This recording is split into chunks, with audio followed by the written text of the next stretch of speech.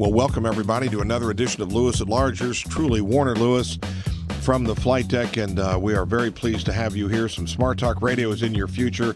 A very, very fascinating topic here with someone that knows it well. We're going to be talking to Zane Busby, a brand new work, a newer workout, television special, The Last Survivors, Echoes from the Holocaust, telling the story of the last survivors that are still living in Eastern Europe and the Survivor Mitzvah Project's efforts to bring emergency aid to those forgotten heroes. It has been accepted for Emmy consideration in 3 categories of Outstanding Special Class Program, Outstanding Directing in a Variety Special, and Outstanding Writing in a Variety Special. I'm very pleased to have a woman of extraordinary talent, Zane Busby. Zane, how are you, my friend? I am fine. Thank you so much. Well, we're very pleased to have you here. I don't know, the subject, obviously, of the Holocaust is one that has been explored and examined in numerous ways for many, many years, but I'm very curious if you would share with our listeners why this subject, why do you feel so passionate about it, and tell us a little bit about how it got started. Well, I'm a comedy director by trade, so my background has been comedy and sitcoms, and I was, directing a lot of shows in Los Angeles, and I took a 2-week break about 10 years ago, just on a hiatus between shows, and instead of going to Hawaii, which is what everyone does, I went to Eastern Europe, and actually my mother suggested, why don't you go and find the places where your grandmothers were born? So I thought, oh, okay, that sounds like a great adventure, so I went. And what I didn't know when I started combing through the back roads with a guide, was that there were elderly Holocaust survivors living there in tiny huts without food and medication, without any kind of reparations, just really twisting in the wind. And these people were just wonderful people who, if you knocked on their door and you said, you're an American and you just want to say hello, they would invite you in and, through a translator, of course, tell their stories. And these are stories that no one had ever heard before because it was either illegal under Russian rule to tell stories about the Holocaust, or they were too afraid, or they had neighbors who were maybe anti-Semitic. And I started to collect these stories and hear these stories. And, some of them were partisans who fought as teenagers in the forest, and some of them survived concentration camps, some of them hid. Some of them were in ghettos, some of them, just amazing stories. And I thought, this is unbelievable. And I thought when I came back to L.A., this would be just a no-brainer. I'd call some charities and say, there's got to be a lot of charities helping these people. And here are some more names and blah, blah, blah. And what I found out was that there are no charities that are giving direct financial aid to these people. And so I started one. And that's how this whole thing started. And as I went on and on through time, I got some translators and started really corresponding. And so that first handful of people, like 5 Holocaust survivors, 8 Holocaust survivors in Lithuania and Belarus, now is over 2,000 survivors in 8 countries. Zane, you thought that there would be funding, or there would be certainly some kind of an oversight group watching out for this group of survivors. I'm curious, by the same token, was it difficult to get funding to produce this, or were people coming forth pretty quickly? Oh, this was produced really with string and spit. Okay. This was an amazing, just a confluence of wonderful things that happened. What happened basically was I do a lot of speaking, and I hand out a lot of literature, and I tell people at the end, just take 5 pieces of literature and hand it out to 5 people, and that's the way we'll spread the word, because no one knows about this. No one knows that there are Holocaust survivors still suffering 70 years after the war, and we have to get the word out so that we can get, aid to these people immediately, because they have no heat, they have no food, they have no windows. It's a really bad situation. It's an emergency situation, and there's nothing being done about it. So I did one of these speeches, and a day later I got a call from an elderly woman in Los Angeles, and she said that she was in her apartment building, and she was in the laundry room, and she found a bunch of our material. And I thought, oh, my God, she's going to start yelling at me for littering. And this is what I thought, right, because she sounded angry. Right. And I thought, oh, my God, she's going to start yelling at me. And she just said, I am so angry. Why isn't anything being done about this? Where's Steven Spielberg in this? Where's this? Where's Simon Wiesenthal, et cetera? And she says, I'm gonna march over there right now. And so she's 91 years old. She did. And she went to the Simon Wiesenthal Center, and she told them about us, and they called us like the next day and said, come on in, we want to meet you and hear about this. And so we did, and then they offered us a date to make a presentation, and that's how it started. So we filmed some of this at the Simon Wiesenthal Center in Los Angeles, and a lot of it was filmed in Eastern Europe, where I always make sure to take my camera or take a friend or, a buddy or a volunteer with a camera so that we get these stories on film. Well, again, if you just joined us, yours truly, Warner Lewis from the flight deck of Lewis at Large Radio. During this segment, a good one indeed, talking to Zane Busby, well known for her directing talents in Hollywood, and a new project. It's not brand new, but newer. The large project, the Survivor Mitzvah project, but the special work that she has done called The Last Survivors, Echoes from the Holocaust, a 1-hour television special taking you on a journey through the lives of elderly Holocaust survivors found all across Eastern Europe. Zane, a little curious here, are the people that are featured and the people that you met, were they all, did they all survive concentration camps, or did some of them simply hide out from the Nazis and where they were able to, while their lives may have been horrible as a result of the Nazi infiltrations and occupations, were they all survivors of those concentration camps? No, about 95% are not survivors from the concentration camps. See, in Eastern Europe, by the time the Operation Barbarossa, which was the fanning out through Eastern Europe of mobile killing squads, so they went all through Ukraine and Belarus and all these other countries, and they were Nazi mobile killing squads called the Einsatzgruppe, and they were there to round up every Jewish man, woman, and child in a village, execute them on the spot, and then torch, throw them in a mass grave, and then torch a village, and then move on to the next village and the next massacre. So a lot of these people were running from the Einsatzgruppen, and they, the village next to them got burned, and this was just like a full-scale massacre that went on for months and months and months, and, millions of people were killed this way. So by the time this was happening, they weren't interested in spending the time and money to ship people to concentration camps. They were interested in just obliterating them and killing them right on the spot. So it was large-scale murder, of the most amazing degree. And so a lot of these people, we have one guy, and this is not just one guy, but I remember him so well, that he, as a child, he was 7 years old. He, was rounded up with his mother and sisters and brothers to the killing fields. And they executed his mother and his little sisters and his brothers, and he was standing behind a man who his father knew. His father had already been killed. And the father asked the executioner if he could have a puff off a cigarette. And for some reason, the guard said, okay. And as he bent down to take the puff, the guy bit the guard in the neck and told the kid, letting the kid run. Wow. So the kid ran to the next town.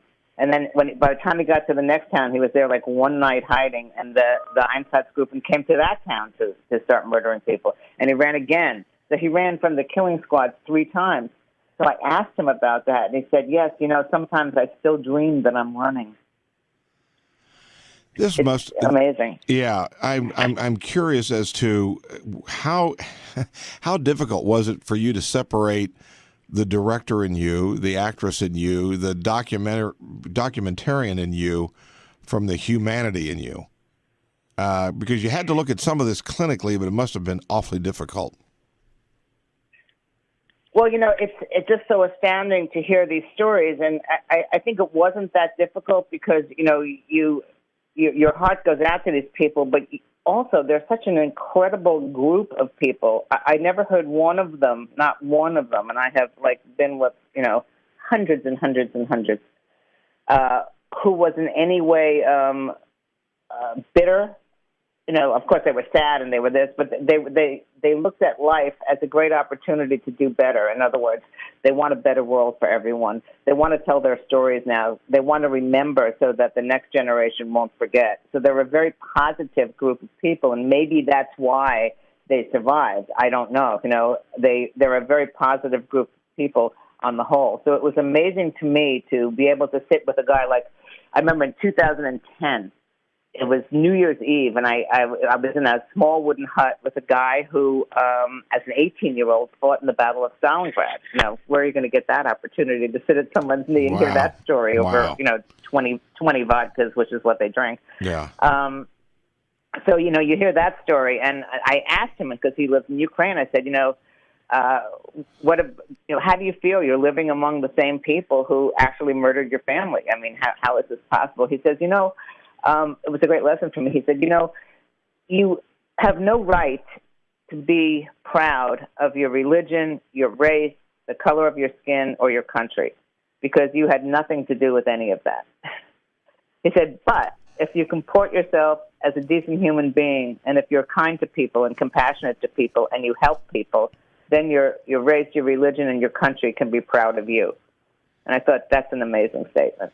You could have easily have been, instead of in Eastern Europe, you could have been at Waikiki Beach, laying on a beach towel, getting a suntan. And it'd be mother's suggestion, a twist of fate, so to speak. And suddenly there is not only an American that is over there just touring and looking for some ancestry, but an American that also is talented and has an opportunity to communicate through a very powerful channel, be it television, film, etc. So all that chemistry combined, suddenly now there's this lifeline and a big flashlight shined into sort of what might be considered semi-dark corners. I'm curious, as your observations over there, did you find out about these survivors sort of by accident, or did you go there and sort of probe a little bit? And then when you did probe, I'm curious, were the people that you talked to, was it well known that they were survivors, or was that something that they just kind of held inside, so to speak? Well, it's different. When I first went to, my first trip, I didn't know that one of the towns where my grandmother was from, I thought it was in Lithuania, but it's a border town, and it was currently in Belarus. And when I got to Lithuania, where my plane landed, I had to get a visa to Belarus. I didn't know this because I didn't do any research before this trip. That's changed. And so I was in Lithuania, in Vilnius, for 4 days, and I just could walk around a little bit. And I met an American professor there who had done a lot of some filming, and he was a Yiddish scholar studying languages all across Eastern Europe. And he said to me, look, if you're going to cross the border, and he pulled out a little list from his pocket. He said, here's 5 or 8 names. And can you go see these people? These people are Holocaust survivors. They have no one. And they, and if you wouldn't mind, could you take some medicine? And if you wouldn't mind, could you take this? And if you wouldn't mind, could you go to the bank machine and get as many, $50 and $100 bills as you can spare? Yeah. And bring it over there. So I went, first with those 5 or those 8 people. And, then it grew because I couldn't get them out of my mind when I came back thinking, my God, who's going to care for them now? It's November. Right. What about that guy with one leg and no windows and no one to help him? What's going to happen? So I started corresponding with this professor, and he was doing some linguistic work. So every time he went into a different place and found elderly Holocaust survivors, he'd just send me the names and say, hey, put them on the list. And I'm thinking, what list? And suddenly I had this list of, 80 names, then 100, then 150, then 200, then 300. And I thought, oh, my God. And I just started sending money to these people. But, you run out of money really quickly when it's that many people. So I started getting other people involved.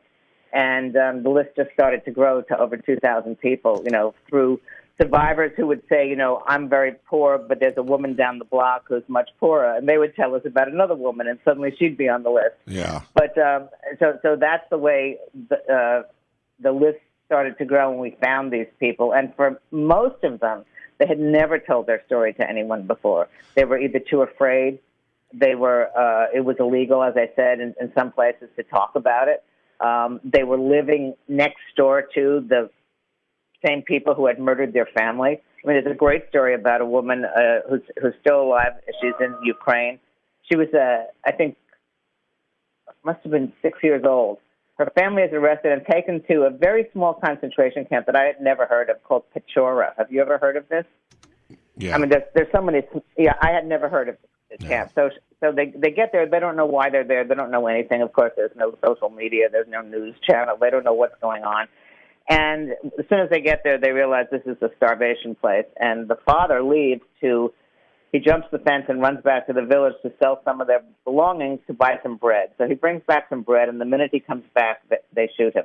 So now it's the mother and the 2 kids. And it was really starvation. So the parents, what little bread or something that they had, they gave the kids until most of the parents died, and the place was just left with, some kids wandering around, who the Germans used for target practice. Yeah. So, there was a very small band of kids left. There was about 6 of them in this particular band of kids, and they were scheduled the next day to be executed by being injected with typhus, and the war ended. So the war ends, and suddenly the gate opens, and this little girl starts walking, and she's like 9 years old now. She doesn't know where to go. So she starts walking back to her village. And she's walking back to her village, and she's so hungry. Actually, someone who knew her at this time said she was so skinny that she was blue. You could practically see through her. So she's walking down this village path, and she smells baking bread. And she goes up to this farmhouse, and she knocks on the door, and she says, "I'm so hungry, can I have a roll, just a piece of bread?" And the woman says, "Well, my husband will give it to you. Go around the back." So she went around the back, and the husband was chopping wood, and she asked for a piece of bread, and he beat her with the axe handle. And it took her over a year to be able to walk again. He beat a 9-year-old girl. And that guy who did that, right, became the mayor of the town that she has lived in her whole life, so she could never say anything. So, they live in fear, or no one ever asked them. So a lot of times I was the first person to ask, and when I asked, either by letter or in person, the floodgates opened, and, I got, hours of either videotape or pages, a 15-page letter, because they were so happy to be able to say, because no one ever said, what happened to you? What happened to your family? What were your dreams and hopes before the war? What happened to you the day the war ended? Tell us everything. And they were so appreciative that someone even asked. That's the big thing, the reaching out and telling them, we haven't forgotten, we want to know about you. That's almost as worth the money that they receive, because they're both equally as important and equally life-saving. To know that you're remembered and not forgotten after 70 years means an awful lot. Well, this question is just going to seem almost puny, I guess, but let me ask it anyway. From your perspective, how much did those kinds of experiences for these people in their own mind define who they were and what their life was going to be about? Were they always a survivor, in your opinion, first, and everything else was sort of whatever happens, or did they try to either suppress it and move on? Because so many of these things happening at such a young age, that's got to really be a part of your DNA all of a sudden. I mean, it absolutely does, and I think the only way to somehow move on is to move on, because if you just start thinking about it, can you even imagine that you're the only one who survived and nobody knows you from before and nobody knows your family and there's no one to ask a question to or say, hey, what was that joke Mom said, or what was the name of our grandfather, or what was, they have none of that connection, which connects all of us, to our roots, to our family, to our circle of friends. Their friends were killed, their teachers were killed, their musical instruments were smashed, the cradles were burned so there would be no next generation, family photographs, family letters, so many that I don't remember the face of my father. I can't remember the face of my mother. There's nothing there for them. So I think that they had to be strong-willed inside. But the second thing that they all say is they all survived because of an act of kindness. And that's the kindness and compassion that I'm talking about, because one woman said, if you can't help someone with money, just lay a kind hand on a shoulder and say a kind word. That's worth a lot. So someone either laid a kind hand on a shoulder or got them a piece of bread or hid them for a night or did something like that. And all those things, those acts of kindness, were punishable by death at that time. Anybody who helped these people was punishable by death. If you threw a person a piece of bread, your whole family could be strung up and hanged. So this was a very, very dangerous thing to do, to be kind and compassionate, and yet people did it. Today, we can help these same people, and it's not at all frightening for us, and there's no cost to us. It's literally, we click a button. We don't have to be afraid to help them. So that's what I'm trying to do now, is raise awareness that time is running out for these people. We've got to make this a priority, like we do with a hurricane, like we do with any kind of relief effort, and get money to them, because they're not getting it anywhere else. It's all coming in through word of mouth and small donations from people who log on to survivormitzvah.org. And you can watch the film there, by the way, and also donate. Yeah, again, we're talking to Zane Busby, Hollywood producer, director, usually comedies, but this one quite serious. The work is called The Last Survivors, Echoes from the Holocaust. Zane, I'm just curious, these survivors are in Eastern Europe. Is there any, well, not interest, but undoubtedly there are survivors around the world. Curious as to, have you thought about contacting or any kind of connection at all with those that may live in the United States, for example?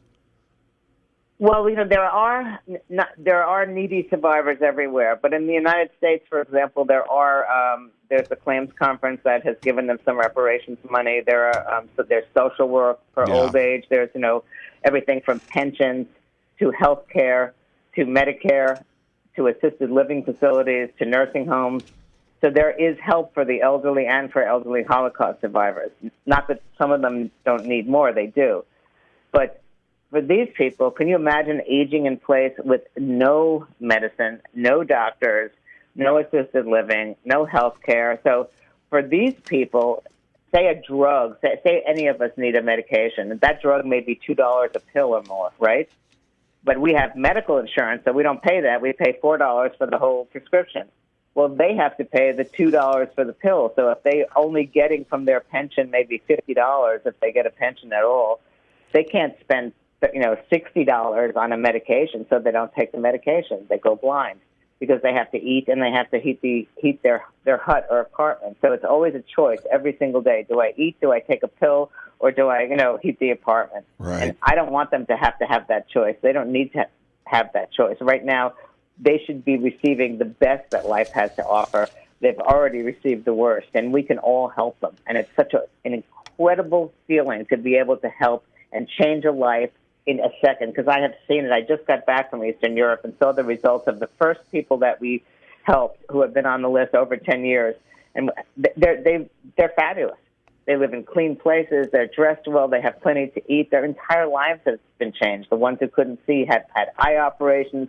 It has been life-changing and life-saving, and it's so easy to do. So if you want to do something good for someone, here's a perfect opportunity. It goes directly into their hands. That's another thing I just wanted to point out. It goes the money goes directly into their hands. 100% goes directly into their hands. The cast you've assembled here, it's also extraordinary. Would you share with our listeners a little bit about them? Oh, well, I'm so fortunate to have people read these letters and histories of people. It stars Ed Asner. Ed Asner is, everyone knows him from the Mary Tyler Moore Show and his other work, but what people may not know is that his family was a family of teenage partisans in the forest of Belarus. So he has a real affinity for this. And I was just in the forest, the Nalibaki forest, that Ed Asner's relatives had a partisan group in. They saved hundreds and hundreds of people. Frances Fisher, people know her from the Titanic. And she found out recently that she's half Jewish and from a rabbinical family in Vilnius, Lithuania. So that was interesting. Elliot Gould, fantastic. Valerie Harper, a revelation. She was just so amazing in this. Lainey Kazan was brilliant in this. Alan Rosenberg, also brilliant. This group reads these letters, and I guarantee you will be sobbing. I mean, it's just an amazing set of performances. And then we were lucky to have two musical performers. One was Arnold McCullough from James Taylor's band. He's the lead vocalist with James Taylor, and the other is the star of Broadway's Les Mis, Randall Keith, and they sang a few songs, and it was also incredibly moving. Well, thank you so much for your time, Zane Busby, talented director, an extraordinary amount of energy, love and concern and talent, going into a very, very special work called The Last Survivors, Echoes from the Holocaust. And it is part of the Survivor Mitzvah Project, bringing emergency aid to those forgotten in Eastern Europe. The website, and again, Zane, I want to have you dive in here too, but is survivormitzvah.org. That's survivormitzvah.org. where you can find out more about the organization and do whatever you can. Zane, as we start to close here, any other piece of information our listeners need to know on how they might be able to, again, not only catch the documentary itself, but also help and be a part of this project?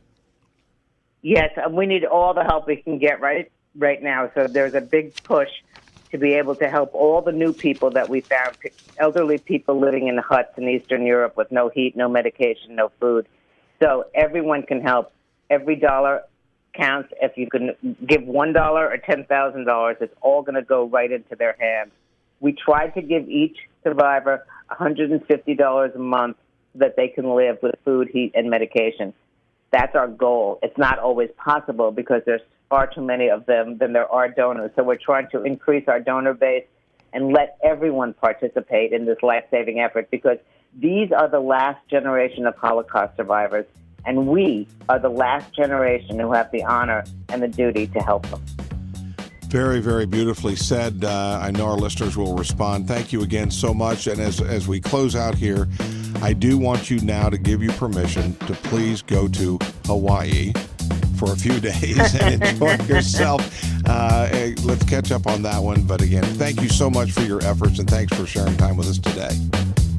Thank you. It's been my pleasure. You bet. We'll be back with more right after this on Lewis at Large.